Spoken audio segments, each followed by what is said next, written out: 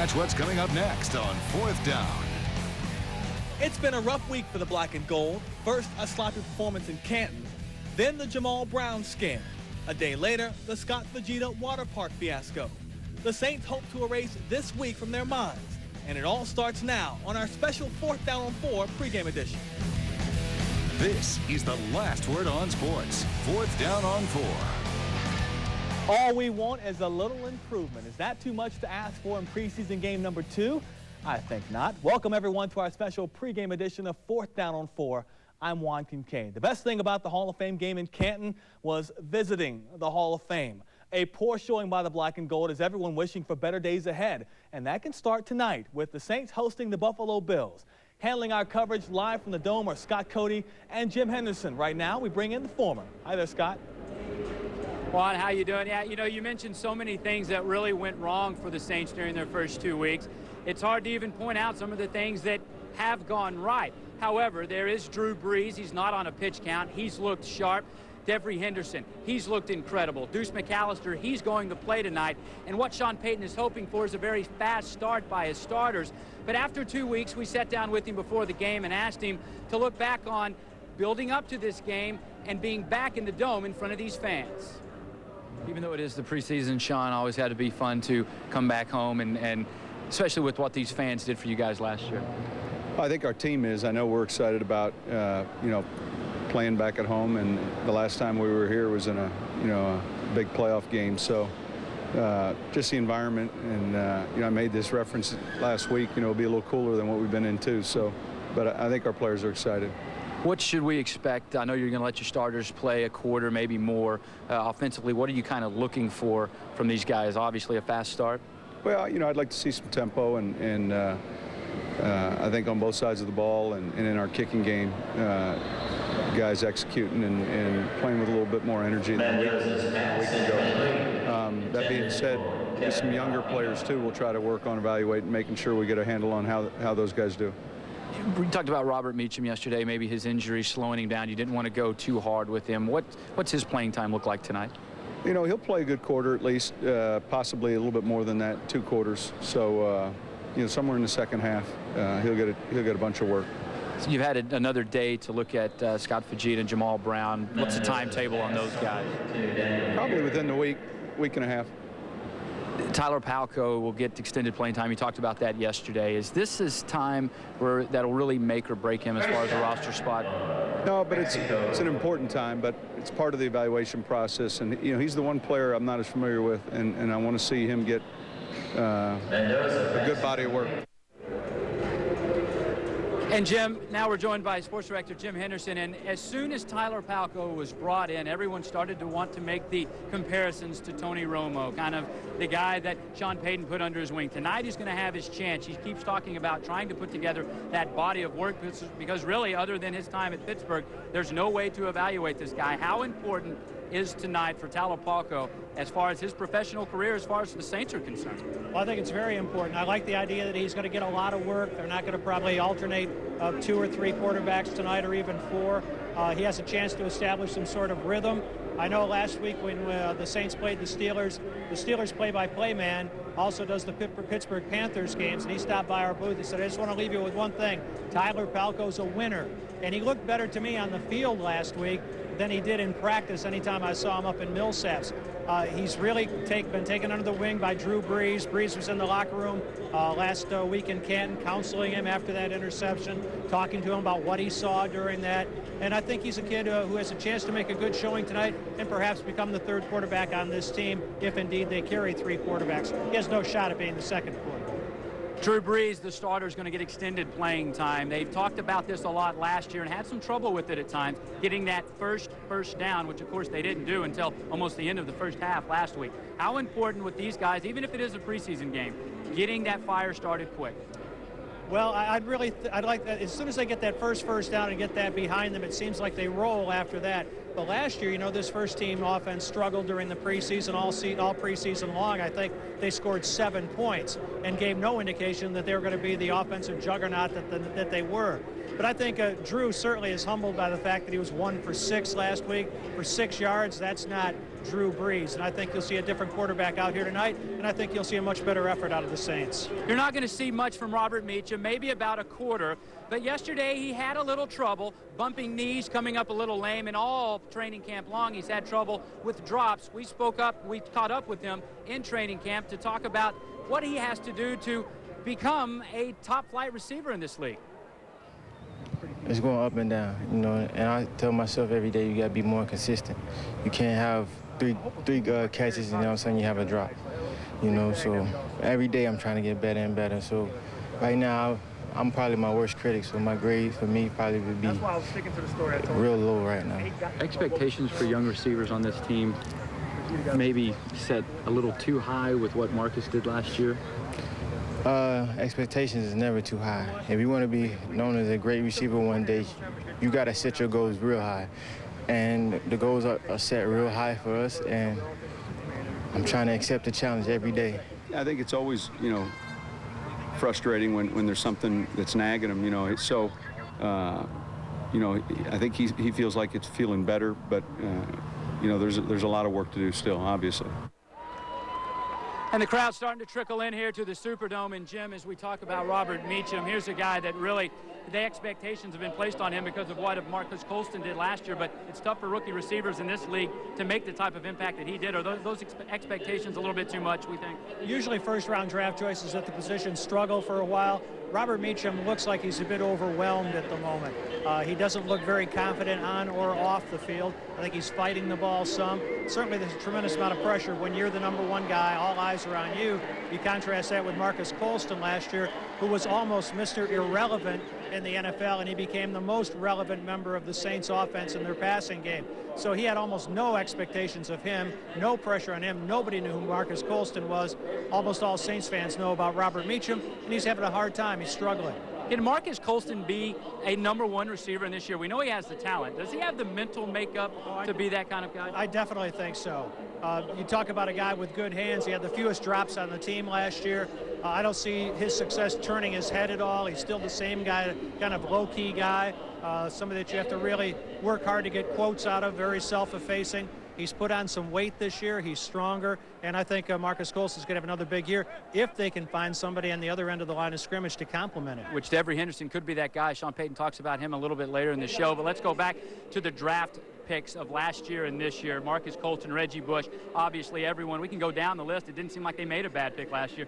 This year's draft hasn't really panned out as quick. Another one of those things where I think Saints fans may be spoiled. Tonight, though, is a chance for these guys to perhaps move up the depth chart, cement their roster spot. Yeah, last year only one of the players really doesn't seem to have a future in the NFL. Almost everybody else either played for the Saints or caught on elsewhere. They had a lot of holes to fill last year. They were drafting second, and they found a lot of quality guys to fill them.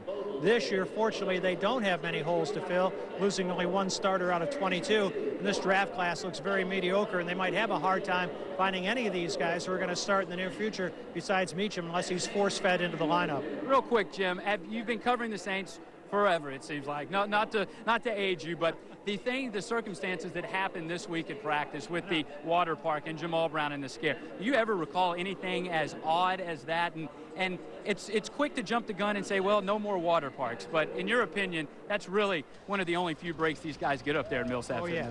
And that was truly a freak thing. And I think Sean Payton handled it in the right way. Don't make this Watergate. Don't try to cover it up. Acknowledge it. Use some humor with it. And say, hey, this could have happened with him getting out of bed in the morning and slipping in the shower, because it very much could have. The thing I think that concerns you is that you looked at the Saints last year, so many things happened right for them. They seem to get all the breaks in the world, and one of them was the lack of major injuries outside of Roman Harper and a couple other tweaks here and there. But already, the injury to Jamal Brown scared the heck out of all of us at training camp this week. The injury to Scott Fujita and also to Billy Miller happening at the water park. Those sort of things didn't happen last year, and you hope that's not an omen for things to come. Nice to be in an air-conditioned building for one. Ooh, is it nice. Well, try to avoid all the water parks. Jim Henderson, have a good call tonight as well. Jim Henderson, WWL Sports Director, breaking down the game for us as only he can. You can turn it on and listen to him if you want. We're going to toss it back to Juan Kincaid, who has a lot more coming up in the show. Juan? Scott, Jim, thank you very much. All right, still plenty to come here on this special pregame edition of 4th Down on 4, including more from Saints head coach Sean Payton and a one-on-one interview with GM Mickey Loomis. Plus, Hollis Thomas's starting job may be in jeopardy. We'll show you which player could replace him on that defensive front. Stay with us.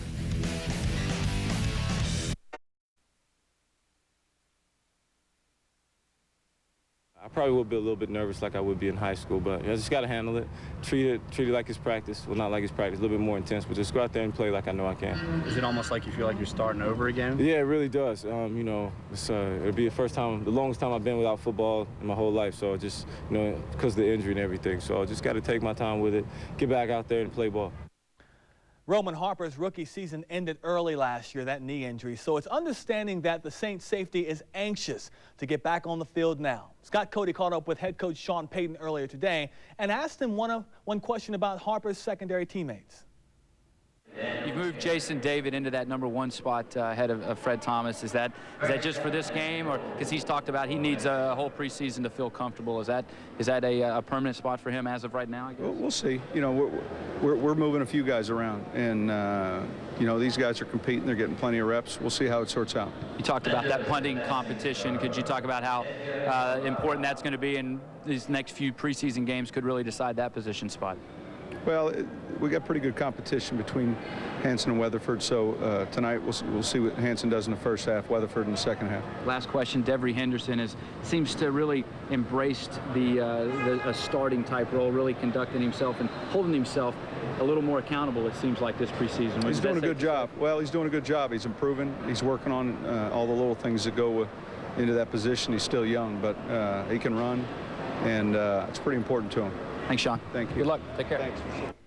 If we've learned anything about Sean Payton's run training camp, it's that one player's struggles can lead to another player's opportunity.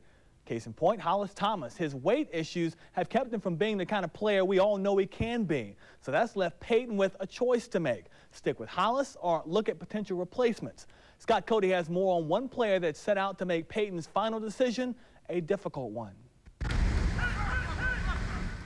In the Saints' defensive setup, along the front, linemen need to take up space and plug in the holes. But through the first 2 weeks of training camp, they've had to plug in different players. Hollis Thomas has had well-documented problems with his weight and subsequently his performance. When it's high like it is right now, he's not real productive, and he understands that. Thomas's struggles have opened the door for free agent tackle Kendrick Clancy. He'll start in place of Thomas tonight against the Bills. That wasn't my ultimate goal when I got here, you know what I'm saying? My ultimate goal when I got here was to earn the respect of, you know what I'm saying, of my teammates, you know, and, you know, I think I've done that, you know, and they see, you know, I come out, you know, go to work every day, you know, and try to, you know, just contribute. I'm basically just working on my technique, you know. I'm always trying to get better with my technique, you know, trying to stay technique sound, you know, and put my hands where they need to be and try to fit where I need to be in the defense. I'm just constantly just working on my technique every day. It's like a constant struggle with me and technique, so I'm just constantly working on my technique, trying to get better. It's one of those positions where, you know, there's competition, just like the safety, just like the corner position, and so, you know, he did a pretty good job last week, and I want to see this guy with the first group. And so it's a combination of, you know, him playing pretty well and Hollis needing to get his weight down. Clancy started 11 games last season for Arizona. He'd log a sack and force a fumble,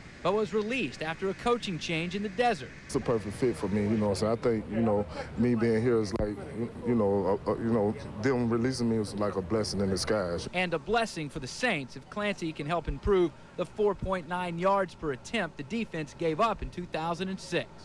With the Saints, Scott Cody, 4th down on 4. We heard from head coach Sean Payton a short time ago. When we come back, we'll get general manager Mickey Loomis's thoughts on the Saints. But as we go to break, let's take a live look at the fans arriving for the team's first preseason game inside the Dome this year.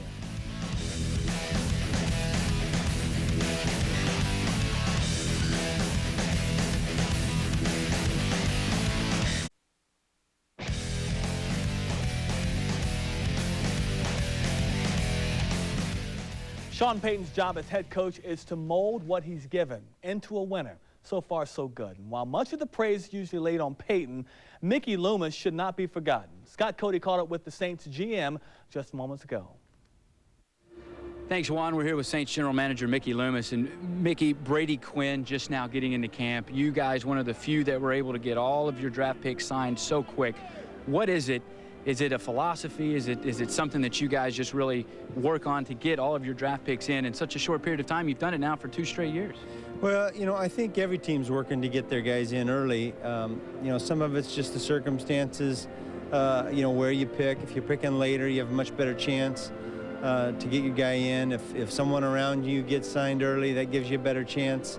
It's awfully difficult, at the top of the draft, and it's awfully difficult when you have a quarterback. Those guys are, they're tough to sign early. So, we're getting close in terms of the league. I think we're down to 1 or 2 guys. So, those teams will get their guys in soon enough. But last year, you guys had arguably one of the most high-profile draft picks in such a long time. It was less than a week holdout as far as training camp was concerned. What enables you guys to get some of these higher-profile guys in that other teams aren't able to do as quick? Well, last year, Mario Williams was signed before the draft, so that helped tremendously. And Reggie had a real incentive, had a real desire to be in camp as early as possible. He wanted to contribute right away, and that helped as well.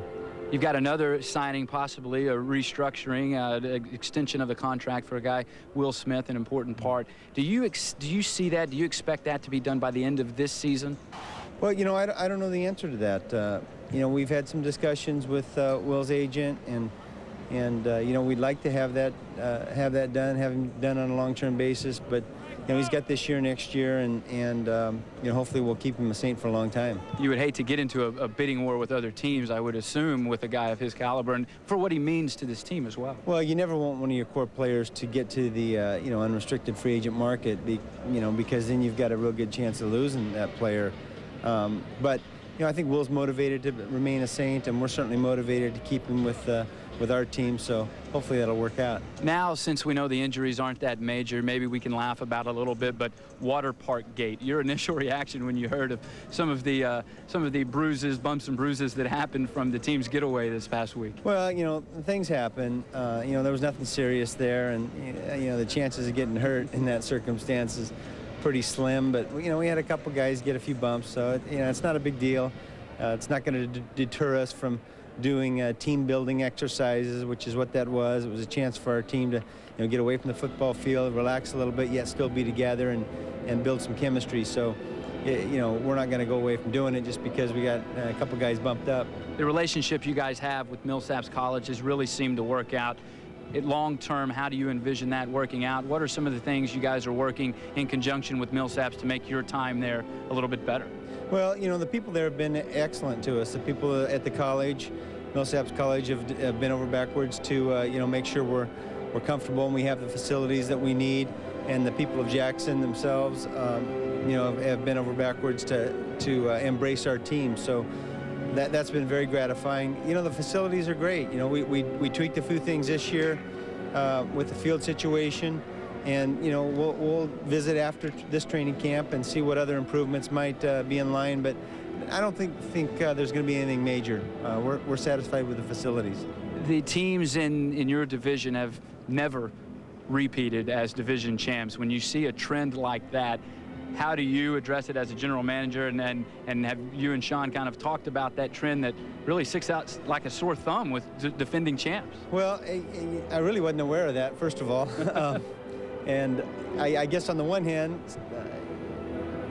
well, I don't have an answer for that. I really don't, except to say that we're going to buck that trend this year, hopefully, and I know we're looking forward to a good season. Our expectations and our goals are that we're going to try to win the division. Mickey, we appreciate your time. Thanks a lot. Saints General Manager Mickey Loomis joining us. Back to you, Juan. We hope they buck that trend. We are minutes away from kickoff here.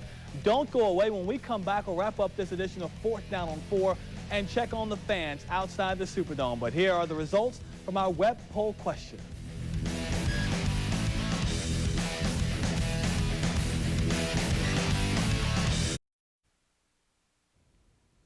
What a long and agonizing 201 days it's been since the Saints lost to Chicago in the NFC Championship game. Tonight, Saints fans get their first home field look at their team since January 13th, and that was a playoff win against Philly. Tonight, they'd like to see another win on the home turf. Bigad Shaban is hanging out with the Saints fans right now. He joins us live with more. Bigad? Yeah, Juan, we are finally seeing a huge spurt of Saints fans and a couple of Bills fans finally making their way into the Superdome, most of course decked out in black and gold. And a lot of fans we spoke with say there's a lot riding on this season, not just for the Saints, but also for this community, especially after last year's amazing season for the Saints. They've really become a symbol of recovery in the city. And Juan, that kind of win is exactly what they're hoping to repeat tonight. And of course, all eyes are going to be watching on this pregame home opener. And I'm sure you and the rest of the sports team and us here at WWL are going to be following the story. And we're looking forward to hopefully see another win for the Saints tonight. Juan? Big Ad, every year Saints fans talk about it being this year will be the run to the Super Bowl. Have you talked to a lot of fans today that think this is going to be the Saints' year to get to the Super Bowl? I think so, especially obviously after last year's season. A lot of people have a lot of emotions tied to the team. As someone who actually just moved to the area, I kind of feel it already. And hoping to become a official Who-Dat pretty soon. All right, Big Ad, thank you very much. I do appreciate it. It is just about game time. Saints and Bills getting underway at the top of the hour, and it will be live on Channel 4 WWL TV. And don't forget to join us this Sunday night for a complete wrap-up of this game and much more from training camp on 4th Down on 4. That's at 10:35 Sunday night. For Scott Cody, Jim Henderson, and everyone that makes this show work, I'm Juan Kincaid. Thanks for joining us. Enjoy the game.